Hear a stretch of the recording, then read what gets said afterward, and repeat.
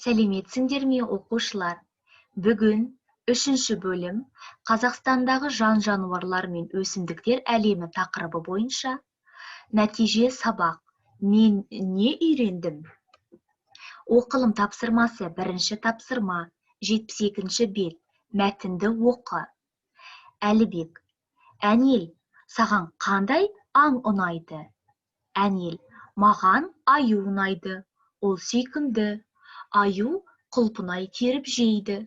Оған бал да ұнайды. Аюдың дауысы зор. Ол ақырады. Аю ұйықтағанды жақсы көреді. Олар қыс мезгілінде ұйқыға кетеді. Саша: маған қасқыр мен түлкі ұнайды. Қасқыр жыртқыш аң, түлкі өте қу. Ол көп алдайды. Қасқыр мен түлкі ұлиды.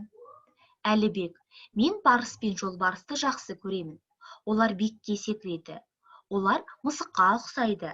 Барыс биік тауларда болады. Жолбарыс пен барыс ырылдайды. Әнел: Саша, Қазақстан барысы турниріне бардың ба? Саша: иә, Әлібек екеуміз бардық. Маған қазақ күресі ұнайды. Әлібек: мен қазақ күресіне қатысып жүрмін. Қазақ күресі барлығына ұнайды. Қазақстанда Қазақстан барысының әлемдік турнирі болады. Әнел: өте жақсы. Мен де сендермен турнирге барайыншы. Саша: жарайды. Оқылым тапсырмасына байланысты дескриптор кестесі.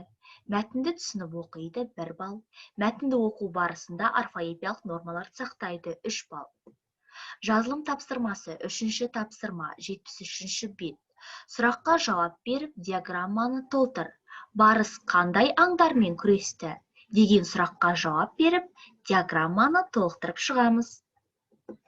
Жазылым тапсырмасына байланысты дескриптор кестесі. Сұраққа жауап береді 4 балл. Сұраққа жауап беру барысында сауатты жазады 2 балл.